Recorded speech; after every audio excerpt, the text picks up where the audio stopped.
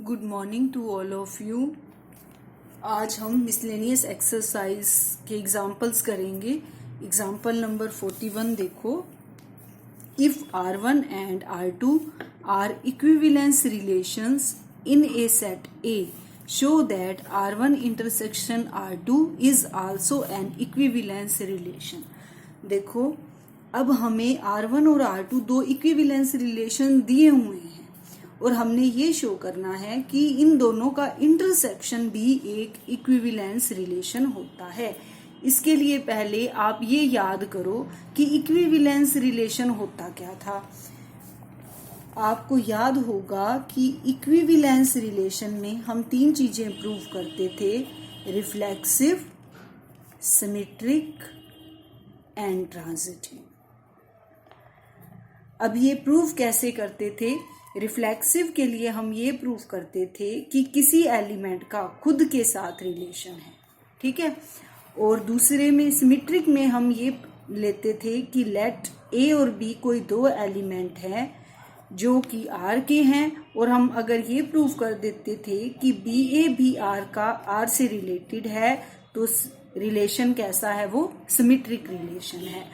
अगर a B और B c दोनों ही आर से बिलोंग करते हैं तो हम ये प्रूव कर दें कि ए सी बिलोंग्स टू आर, तो रिलेशन कैसा हो जाता था? ट्रांजिटिव, ठीक है। तो ये था हमारे पास रिफ्लेक्सिव के लिए, ये सिमेट्रिक के लिए और ये ट्रांजिटिव के लिए। तो हम इसी को देखते हुए ये शो करेंगे अब कि R1 इंटरसेक्शन R2 जो है वो इक्विवेलेंस रिलेशन है।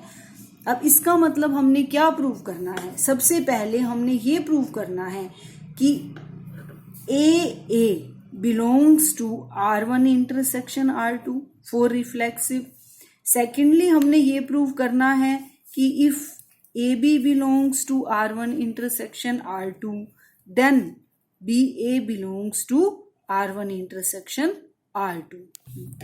और ट्रांजिटिविटी के लिए हम ये प्रूव करेंगे कि if A B C belongs to R then A comma C belongs to R, ठीक है। तो अब वी नो दैट, सॉल्यूशन में आप क्या लिखोगे? पहले we know that R1 and R2 are equivalence relation. ये तो हमें इक्विवेलेंस रिलेशन दिए ही हुए हैं, ठीक है। तो इसका मतलब अगर ये R1 भी इक्विवेलेंस है और R2 भी इक्विवेलेंस है तो इसलिए ए क्या बिलोंग करेगा? R1 को, और ए किसको बिलोंग करेगा? R2 को। For A belongs to R1 R2। अगर ए R1 और R2 को बिलोंग करता है तो ए बिलोंग करेगा R1 को और ए बिलोंग करेगा R2 को, क्योंकि R1 और R2 दोनों ही क्या हैं? रिफ्लेक्सिव हैं। अगर ए R1 को भी बिलोंग कर रहा है और R2 को भी बिलोंग कर रहा है, इसका मतलब ये इन दोनों के इंटरसेक्शन में भी होगा। इसका मतलब A will belong to R1 intersection R2, ठीक है। यहां से हमारा क्या हो गया है? R1 इंटरसेक्शन R2 क्या हो गया है? रिफ्लेक्सिव, ठीक है। Now we will prove that R1 intersection R2 is symmetric. Let AB belongs to R1 intersection R2, ठीक है। अगर AB R1 intersection R2 को बिलोंग करता है तो AB अगर कोई एलिमेंट दोनों के इंटरसेक्शन में होता है, इसका मतलब वो अलग अलग से भी दोनों में होगा। Then AB belong to R1 and AB belong to R2, ठीक है। अब ए बी को मैं ऐसे भी लिख सकती हूँ, ए कोमा बी को मैं ऐसे भी लिख सकती हूँ कि B comma A belong to R1 and B comma A belongs to R2, ठीक है। तो फिर इसका क्या मतलब हुआ? अब बी कोमा ए R1 में भी है, बी कोमा ए R2 में भी है, इसका मतलब बी कोमा ए R1 इंटरसेक्शन R2 में भी होगा, ठीक है ना। इसका मतलब रिलेशन कैसा हो गया? सिमेट्रिक, क्योंकि मैं ये लेकर चली थी कि A B belongs to R1 intersection R2 और मैंने ये प्रूव कर दिया कि B A belongs to R1 intersection R2। तो यहां हम लिखेंगे it means R1 intersection R2 is symmetric. ठीक है, यहाँ पर ये लिख देना आप कि R1 intersection R2 is reflexive.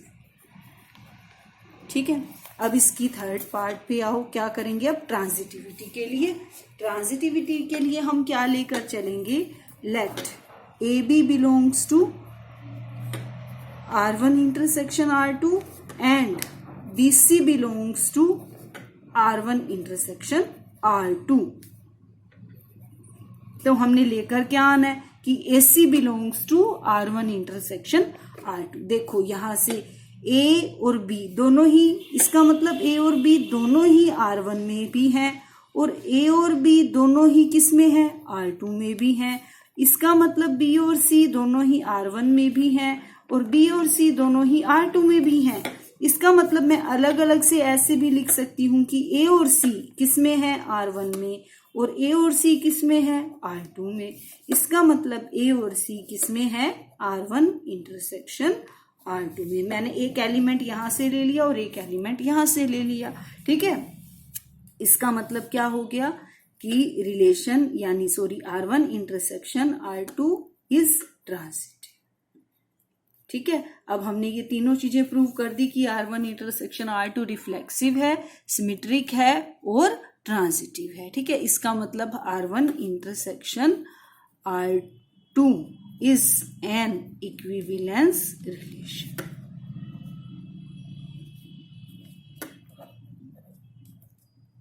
ठीक है, अब नेक्स्ट एग्जांपल पर आओ।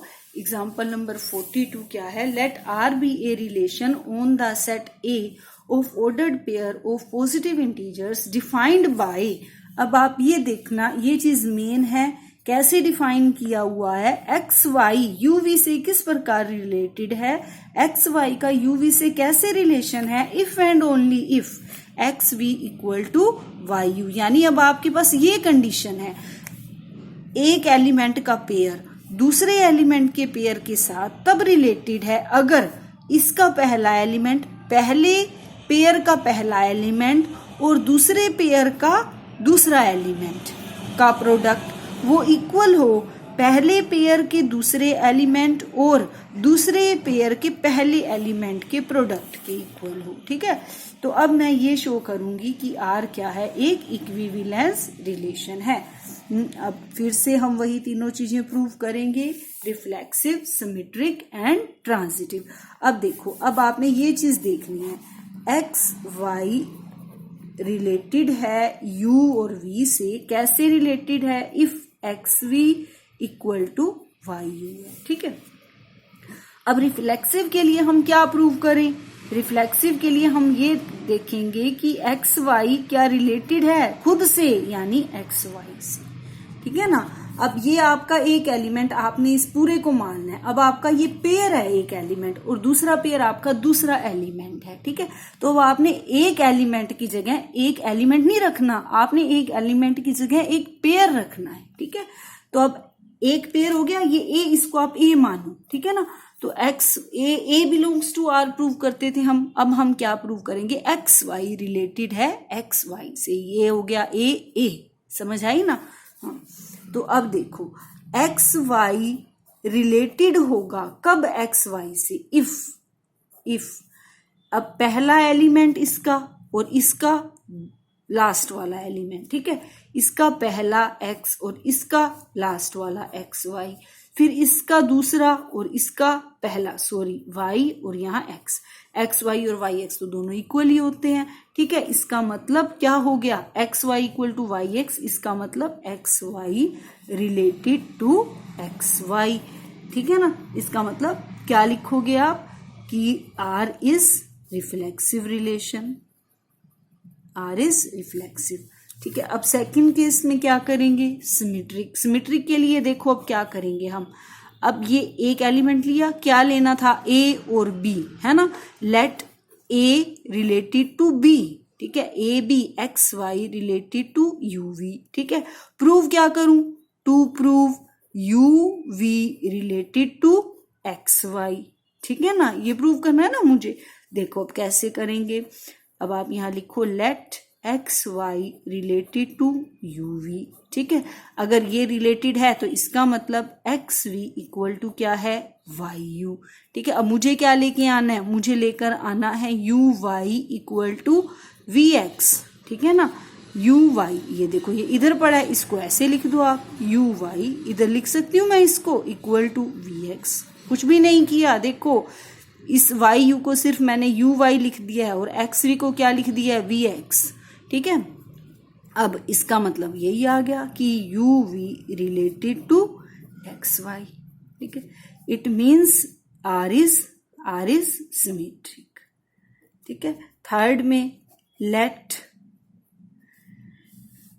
अब हमने एक एलिमेंट अपनी तरफ से लेंगे, ए बी बी सी ऐसे करते थे ना हम, तो इसमें हम कैसे करेंगे, let x y related to u v and u v related to कोई तीसरा, कोई भी मान लो, ए बी मान लो, डब्ल्यू जेड मान लो, कुछ भी मान लो, ठीक है।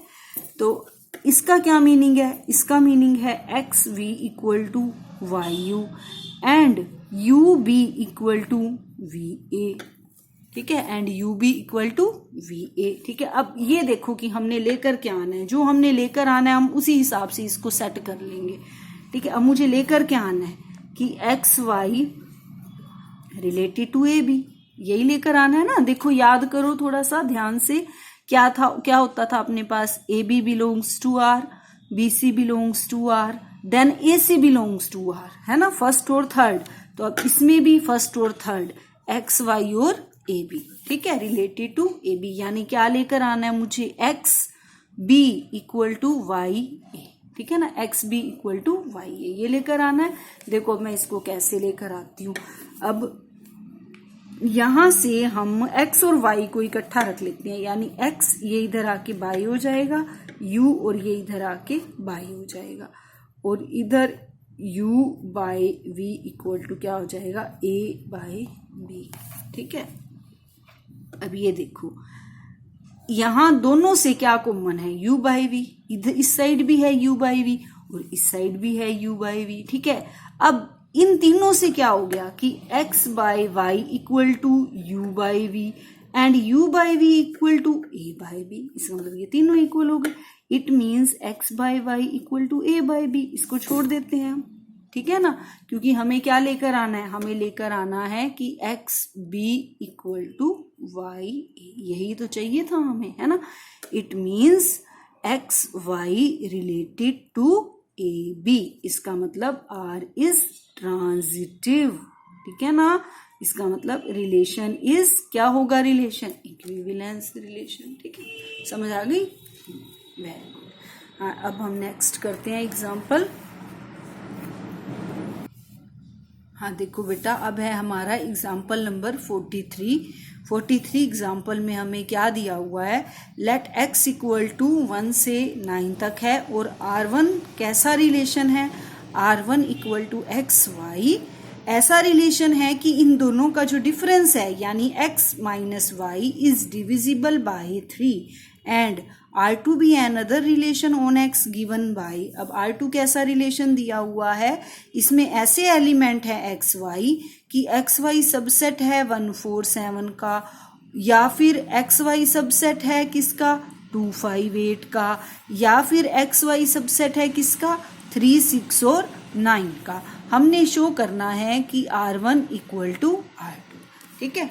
देखो अब आप एक बार तो इस रकम को अच्छे से देख लो, देखो इसमें जो हमारा फर्स्ट है R1 है, वो R1 में ये कहा गया है कि x minus y is divisible by 3, और R2 में भी ध्यान से देखो आप, R2 में भी हमें x y क्या दिया हुआ है 1 4 7 का सबसेट दिया हुआ है 1 4 7, इसका डिफरेंस करके देखो 1 और 4 का डिफरेंस होगा 3 से डिविजिबल है, 7 माइनस 4 3 से डिविजिबल है, और नेक्स्ट में भी देखो 2 5 8 है, ये भी 3 से डिविजिबल है, इनका डिफरेंस 5 माइनस 2 3 8 माइनस 5 3, थर्ड में देखो 6 माइनस 3 9, सॉरी 6 माइनस 3 3 9 माइनस 6 3, ठीक है ना।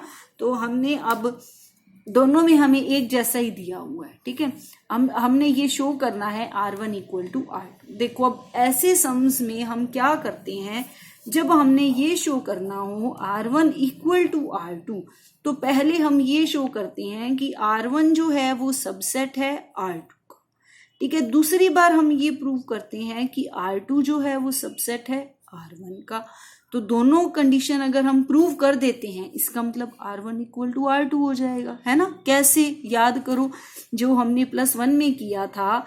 मान लो A में कोई एलिमेंट है हमारे पास 1 2 3, ठीक है, और A जो है वो सबसेट है B का। इसका मतलब A के एलिमेंट B में होंगे, ठीक है ना। अब A के एलिमेंट अगर B में हैं तो क्या होगा, या तो 1 2 3 सारे के सारे होंगे, या फिर 1 और 2 कोई भी 2 एलिमेंट होंगे, या कोई एक एलिमेंट होगा।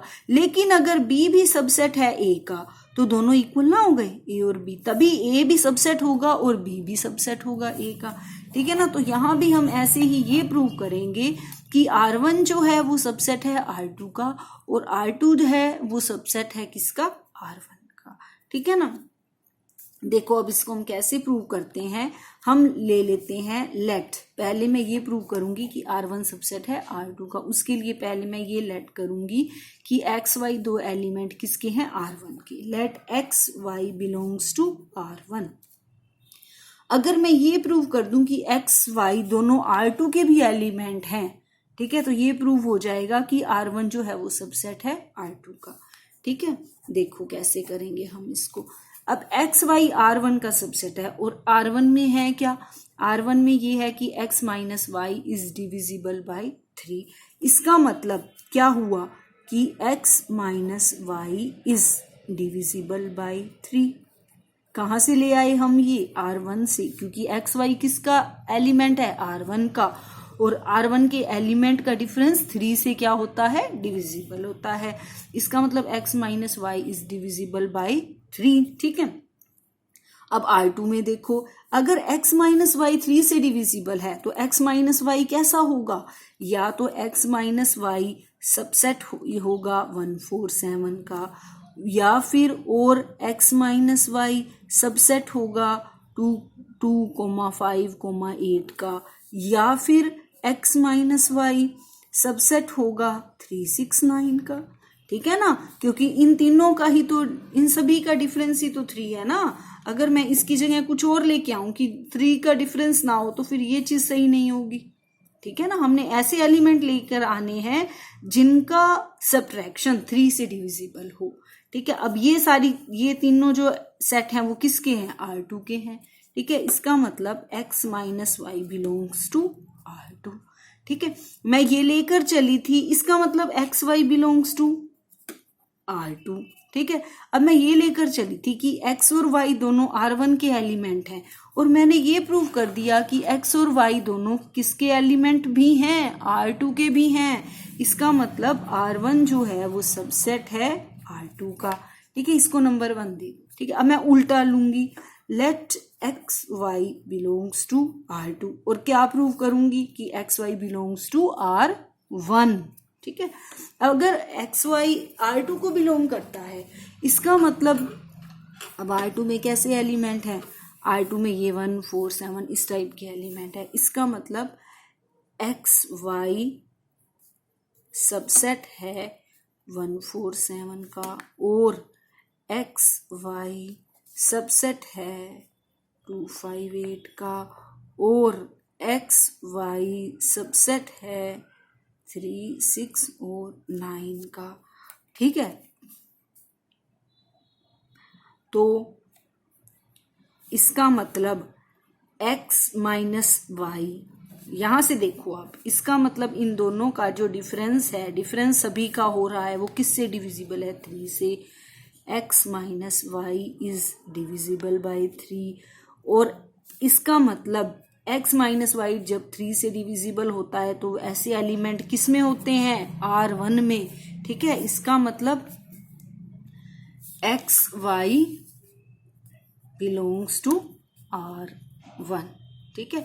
अब मैं लेकर ये चली थी कि एक्स वाई R2 को बिलोंग करता है, मैंने ये प्रूव कर दिया कि एक्स वाई किसको बिलोंग कर गया, R1 को। इसका मतलब R2 भी किसका सबसेट है, R1 का, ठीक है। फ्रॉम फर्स्ट एंड सेकंड देखो R1 सबसेट है R2 का और R2 सबसेट है R1 का। इसका मतलब R1 और R2 दोनों क्या हो गए, इक्वल हो गई। इसका मतलब R1 equal to R2 from first and second, ठीक है। क्लियर हो गया, यही प्रूव करना था हमने। अब नेक्स्ट देखो एग्जांपल 44 है हमारे पास। Let f from x to y be a function, define a relation r in x given by r equal to A B. कैसा है r, F A equal to F B. R में ऐसे element हैं दो जिनकी images दोनों क्या हैं, बराबर हैं, ठीक है। और मैंने इस केस में प्रूव करना है कि जो R है वो क्या है, एक इक्विवेलेंस रिलेशन है। अब इक्विवेलेंस रिलेशन के लिए फिर से वही प्रूव करेंगे हम, रिफ्लेक्सिव, सिमेट्रिक एंड ट्रांसिटिव, ठीक है। अब रिफ्लेक्सिव के लिए क्या प्रूव करेंगे हम, ए, ठीक है ना। अब देखो R में कैसे एलिमेंट हैं जिनकी इमेजेस भी इक्वल है, ठीक है। अब let A belongs to R, ठीक है। अगर A R का एक एलिमेंट है तो क्या हो जाएगा, A बिलोंग्स टू R। क्यों हो जाएगा, क्योंकि FA इक्वल टू FA, ठीक है ना। FA की एलिमेंट की इमेज अपने ही एलिमेंट की इमेज के बराबर होगी, ठीक है। इसका मतलब R इज क्या, रिफ्लेक्सिव, ठीक है। Secondly let a B belongs to R। अगर ए बी R को बिलोंग करता है तो क्या होगा, f A equal to F b होगा, ठीक है। ये तो हमें गिवन ही है ना। F A equal to F b को मैं ऐसे भी लिख सकती हूँ, f b equal to f a, ठीक है। इसका मतलब क्या होगा कि बी ए बी किसको बिलोंग करता है, R को, ठीक है। इसका मतलब रिलेशन इज सिमेट्रिक। बहुत सिंपल सम है और बड़ा ही मजेदार भी है। Let a b and b c दोनों ही किसको बिलोंग करते हैं, R को। देन एफ ए भी एफ बी के इक्वल हो जाएगा एंड एफ बी किसके इक्वल हो जाएगा, एफ सी के इक्वल हो जाएगा, ठीक है ना। यहाँ से अगर ए बी दोनों R को बिलोंग करते हैं तो क्या होता है, f e equal to F b. अब बी सी हो जाएगा तो f b equal to f c. यहाँ से क्या आ गया, f A equal to F b और एफ बी किसके इक्वल है, एफ सी के। इसका मतलब f A equal to f c, ठीक है। इसका मतलब a C belongs to R, ठीक है। अगर ए सी R को बिलोंग कर गया है तो क्या हो गया है, फिर R इज ट्रांजिटिव, ठीक है। तो तीनों चीजें हो गई अपने पास, रिफ्लेक्सिव, सिमेट्रिक एंड ट्रांजिटिव। इसका मतलब R इज इक्विवेलेंस रिलेशन, ठीक है। अब देखो नेक्स्ट एग्जांपल है अपने पास 45 एग्जांपल है। Determine which of the following binary operation on the set n are associative and which are commutative. देखो हमें ये बाइनरी ऑपरेशन दी हुई है, ठीक है। इसमें हमने देखना है क्या ये दोनों हैं, कम्यूटेटिव भी और एसोसिएटिव भी। देखो पहले हम इसका ए पार्ट करते हैं। हमें ऐसे डिफाइन की हुई है बाइनरी ऑपरेशन कि कोई भी दो एलिमेंट लो, उसमें कोई भी बाइनरी ऑपरेशन लगाओ आप। अब आपने इन्होंने ये नहीं बताया कि कौन सी बाइनरी ऑपरेशन, कोई भी बाइनरी ऑपरेशन, आपने कुछ भी साइन नहीं लगाना, आपने बाइनरी ऑपरेशन ही लिखना है। ए बाइनरी ऑपरेशन बी किसके इक्वल है, 1 के इक्वल है, ठीक है। फॉर ऑल ए बी किसके एलिमेंट है, नेचुरल नंबर के, ठीक है। सॉरी ब्रैकेट नहीं लगानी।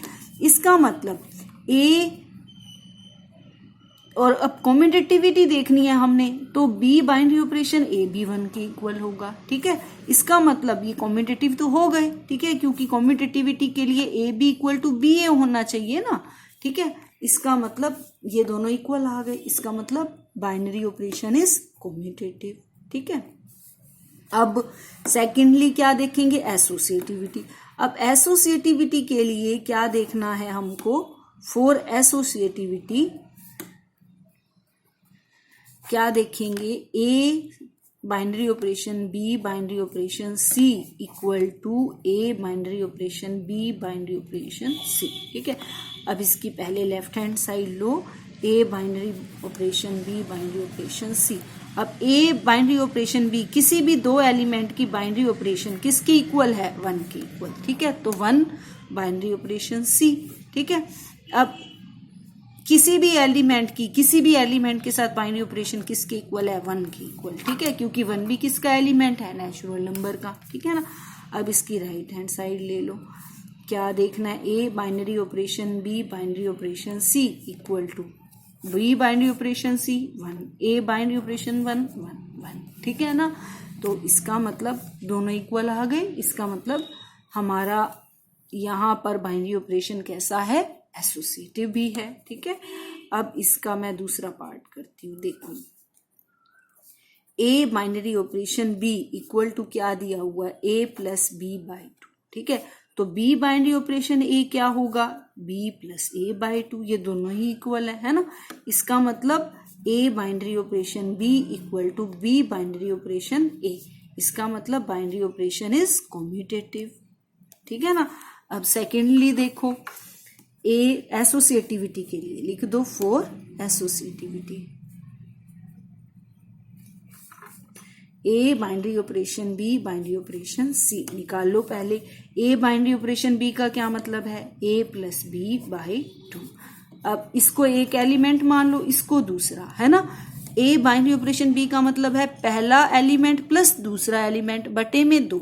अब पहला एलिमेंट ये है प्लस दूसरा एलिमेंट बटे में 2। ठीक है, अब इसको सोल्व करो, क्या आएगा, ये सोल्व करके a plus b plus 2c by 2, इसके बाय 1 कर लो, a plus b plus 2c by 2, और ये हो जाएगा 1/2, तो ये क्या आ जाएगा, 4।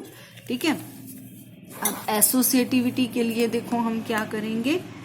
अब दूसरे पार्ट के लिए क्या देखना है हमने, A binary operation B binary operation C. अब इन दोनों को ब्रैकेट में रखना है, ए बी और बी बाइनरी ऑपरेशन सी का क्या मतलब है, बी प्लस सी बाई 2। ठीक है, अब इन दोनों की बाइनरी ऑपरेशन का क्या मतलब है, पहला एलिमेंट प्लस दूसरे एलिमेंट बाई में 2। ठीक है, अब इसको सोल्व करो, 2a plus b plus c by 2 by 2/1, ये क्या आ जाएगा, 2a plus b plus c by 2 into 1/2, क्या बन जाएगा, ये 4।